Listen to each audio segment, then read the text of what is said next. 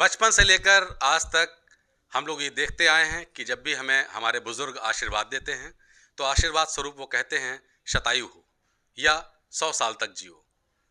लेकिन आजकल इस ज़माने में 100 साल पूरे करना बहुत ही मुश्किल काम है। नमस्कार, मैं हूं अभिषेक सहज अमर उजाला से। आज मैं आपका तारुफ करवाने जा रहा हूं एक ऐसी शख्सियत से जिसने अपने जीवन के 100 वसंत देखे हैं, जिनकी आंखों में 100 सालों की पूरी यात्रा है।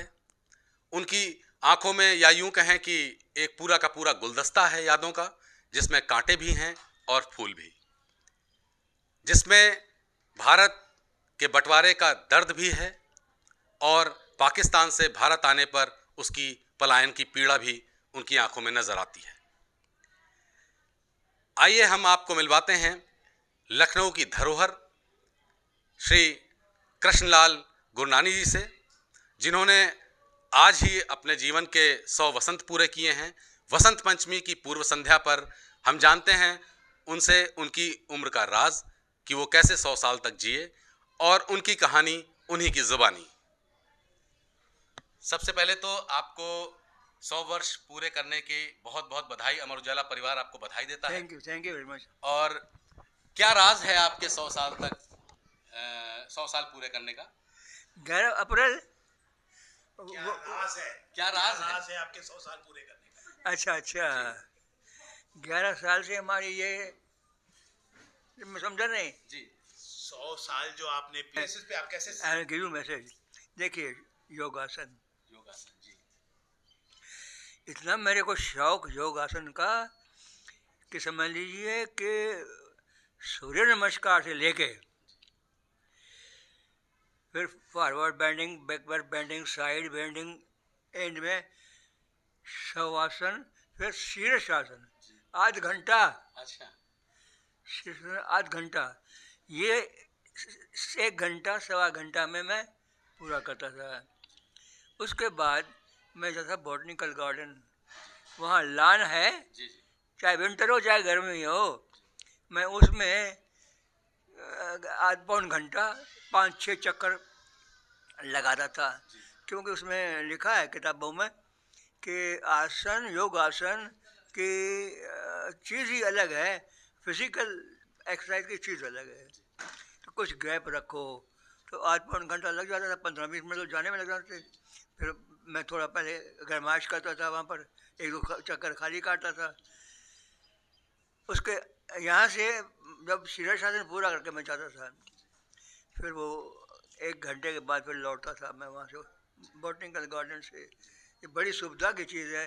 पूरा मोहल्ला, क्या शहर के लोग आते हैं पूरे। अच्छा, यहाँ आए, उसके बाद अपना नाश्ता वाश्ता किया और अपने चैम्बर में बैठ गए। उस वक़्त में मैं अपने ऑफिस जो मेरा था, आप सोचो कि अमीनाबाद में था। जी। क्या क्या बाबूजी करते थे आप? अमीनाबाद में मेरा ये ऑफिस मेरा अपना वकालत का।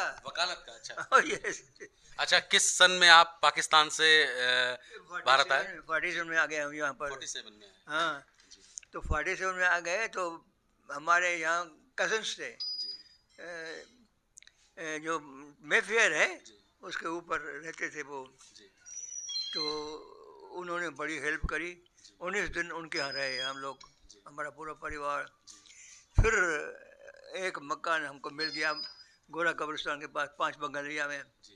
उसमें 2 तो कमरे बड़े थे अच्छे, और एक जहाँ बाथ टॉयलेट वगैरह था, उसके साथ एक कमरे जितनी था, फिर छोटा स्टोर रूम, फिर छोटा आंगन। अच्छा, उस वक्त आपके साथ कौन कौन था जब आप पाकिस्तान से आए? हम मेरी शादी मेरी हो चुकी थी, छोटे भाई की नहीं हुई थी। हम 4 भाई हैं, छोटे से भाई की नहीं गई हुई थी शादी।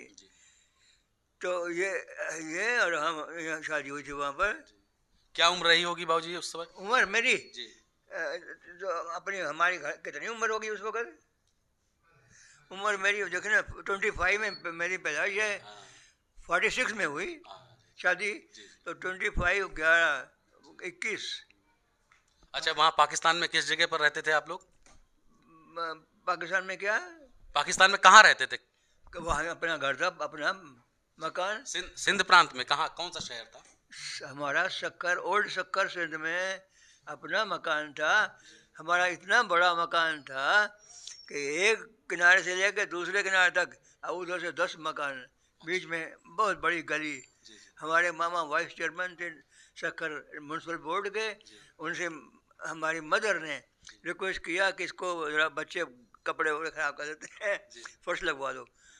हालांकि मना था इतने बढ़िया उसमें लगाना, लगवा दिया साहब इतना बढ़िया। पर अब तो हमने उनसे फिर कहा कि हमको वो झंझपट्टी क्या होता है, यूँ यूँ यूँ करके और बीच में गाड़ते, फिर यहाँ से फिर उस किनारे पहुँचो, उस किनारे ये पहुँचो, कहीं वो पकड़ ना ले। वो बना दी मैंने, बनवा दी खड़े होके कि ऐसा बना दो, जब कर ही रहे हो बना दो। उसने बढ़िया बना दिया। उसमें हम खेलते थे। तो ये हम वहाँ पर यूनिवर्सिटी का पास किया 41 में। 1941 में जी सर बोलिए। 1941 में हमने बॉम्बे यूनिवर्सिटी का मैट्रिक पास किया, ट्रिपल प्रमोशन। अरे वाह।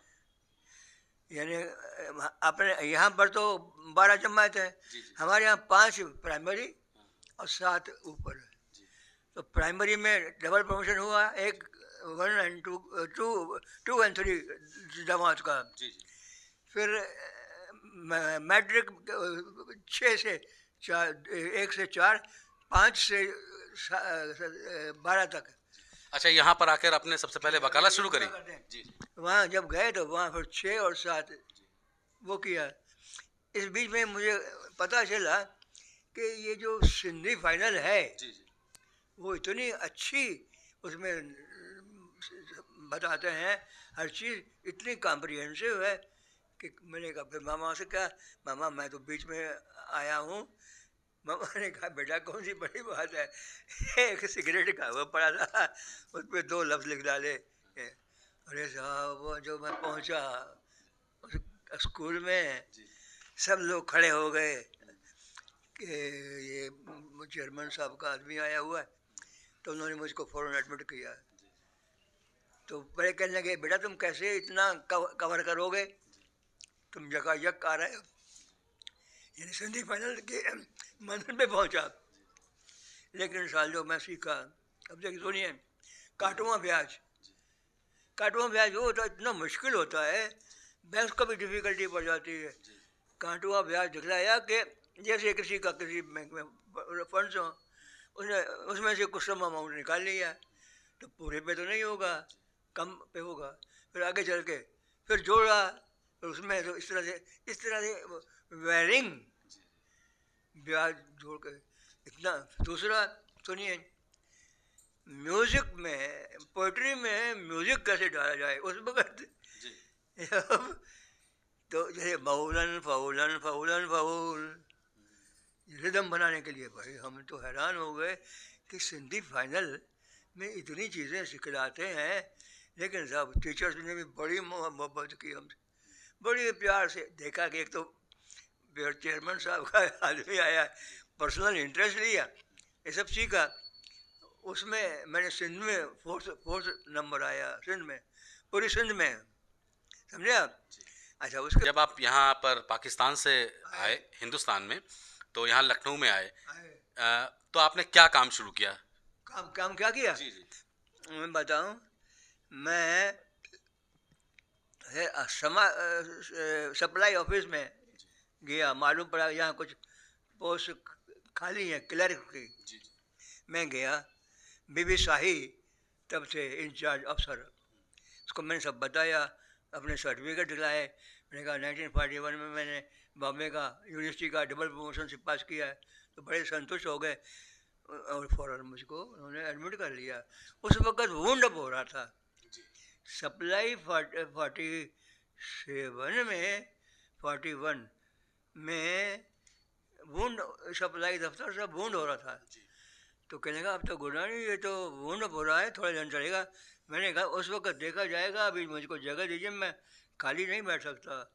उन्होंने मुझको एक क्लर्क की पोस्ट दी। तो 132 से 140 रुपया वो मिलता था, और इस टाइप अगर सीखे कोई तो 40 रुपीज़ स्टाइपेंड और मिलता था। अच्छा अच्छा। तो फॉरमन क्रिश्चियन कॉलेज का वहाँ था, अभी भी वहीं कॉलेज है, जी जी फॉरमन क्रिश्चियन कॉलेज। जी जी। तो उसका ये सेक्शन था जिसमें शॉर्ट हैंड और टाइप। तो मैं सीखा वहाँ पर, सीखता है, फिर वो शिफ्ट हो गए हजरतगंज में आ गया, डॉक्टर श्यामलाल ऊपर जहाँ पर डेंटिस्ट, हाँ उसके साथ वाले पोर्शन में। तो हमने कहा बड़ी आसानी हो गई, मैं वो करता रहा उसमें। तो 132 और 40, 172 कुल मिलते थे। अच्छा अच्छा। ये किस सन की तो बात है? 11 महीने काम किया। ये किस सन की बात है बाबूजी? किस सन की बात है? हैं? किस सन की बात है ये? ये जैसे आने की बात है पुरानी, बिल्कुल। 47 में आए, कुछ दिन अपने कज़न ब्रदर मेफेयर को पढ़ाते थे। उन्होंने बेचारों ने हमको 19 दिन उन्होंने जगह दी, और क्या कहते हैं, फिर कोशिश करके हमने 5 बंगलिया में, जहाँ पर मायावती का कोठी है, जी जी। उसके पुल के नीचे एक जगह हाँ गोरा कब्रिस्तान को जो जाती है, जी जी। उस पर डॉक्टर सर्जन माथुर का एक कमरा पड़ा हुआ था खाली। कमरा क्यों, मकान, छोटा मकान। बड़े मकान में बेगम कोई थी, किसी हिंदू से शादी करी थी, और दूसरे में क्रिश्चियन थे, तीसरे में खाली पड़ा, लेकिन दरवाजा तोड़ के लोग दरवाजे ले गए, इतनी गंदगी थी लिमिट से बाहर। हमने कहा 2 बड़े कमरे हैं, एक तीसरा कमरा बाथरूम और उनके साथ में है, किचन है, और आगे थोड़ा सा खुला, जितना ये हम बैठे ही हूँ, इतना इतना। देखा ये तो बड़ी नियामत है भाई, जो मिला ले लिया। तो कितने साल नौकरी करी आपने? हाँ? कितने साल नौकरी करी? कितने साल? जी जी।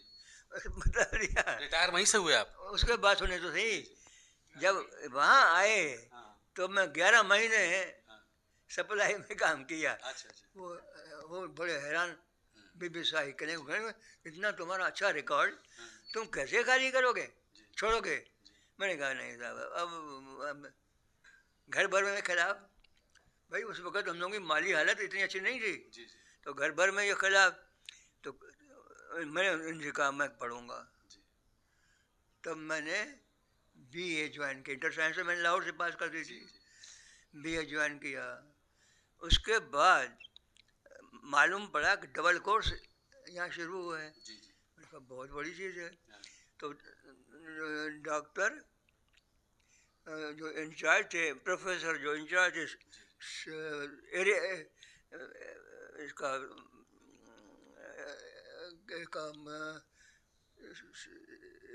साइंस और आर्ट्स, हाँ, आर्ट्स के जो डॉक्टर थे इंचार्ज, उनसे मैंने सब बयान बताया, मैं सब पूछूँ ये है, कहने कोई बात नहीं, एडमिट कर दिया। अब वहाँ से मेरा BA शुरू हुआ। BA तो 2 साल तो मैं कर चुका था साइंस के, शुरू हुआ। फिर जब वहाँ से शुरू हुआ तो आगे चलकर मालूम पड़ गया कि ये तो 2 साल में डबल कोर्स है। तो मैंने फिर अपना कोशिश की, मैं एडमिट हो गया उसमें। तब हमारे 4 सेक्शन थे, 4 सेक्शन से, हर एक में 300 बच्चे, ऑल इंडिया के। भाई फोकर में 2 साल बच रहे हैं, तो इंडिया भर के लोग जमा हुए। वो इसलिए मैं कहता हूँ कि बम्बई में हम हमारे साले की शादी थी गए, तो पीछे से किसी गुना नहीं, बड़ी हुज्जत से। मैंने कहा मेरे को यहाँ कौन पहचानता है? मैंने कहा अरे, मैंने कहा उनका नाम लेके, यहाँ तुम कह रहे, कहने का मैं तो यहाँ का रहने वाला हूँ। तो मुझसे पूछा, हर बार पूछा, घर में बुलाया, एंटरटेन किया, और मतलब बातचीत हुई। फिर मैं जब लौट के आया तो आगे चलकर 2 साल जब पूरे हो गए तो अनाउंस हो गया कि 4 साल कोर्स होगा। हमने कहा अब निभाना है, तो हमने किया। इस बीच में फिर 3 साल हो गया, तो अनूप हो गया हमारा। अनूप को बेचारे इतने प्रोफेसर हमारे मेहरबान थे, घर पे यहाँ आए, डिस्कस हुआ। अनूप भी था, मैं भी था, वो भी थे, 2 प्रोफेसर, इकोनॉमिक्स के भी एक और कॉमर्स के भी। बातचीत होती रही। तो अनूप ने, आपकी पढ़ाई की बात हो रही है। हाँ, वो काल में हम 53 में आए। हाँ, 1953। अच्छा, परिवार में फिर कौन कौन है अभी आपके इस समय? अभी हमारे परिवार में मैं हूँ, मेरा लड़का, मेरी डॉटर मैरिड, अलग। कितने बेटे हैं? हाँ, हमारे जी। एक बेटा, एक बेटा है, एक बेटी। अच्छा अच्छा। हाँ। छोटा परिवार है। तो हम 53 में आ गए बकायदा मैंने 53 से लगातार कंटिन्यूस किया, कोई ब्रेक नहीं, क्योंकि जिस काम को हम पकड़ते हैं हम छोड़ते नहीं हैं। बहुत शुक्रिया आपका। जैसा कि आपने देखा, उम्र सिर्फ एक नंबर है।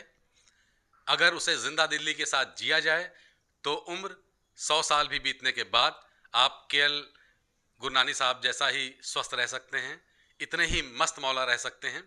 और ख़ास बात यह है कि आपकी धर्मपत्नी श्रीमती रत्ना गुरनानी जी भी उनके साथ में हैं।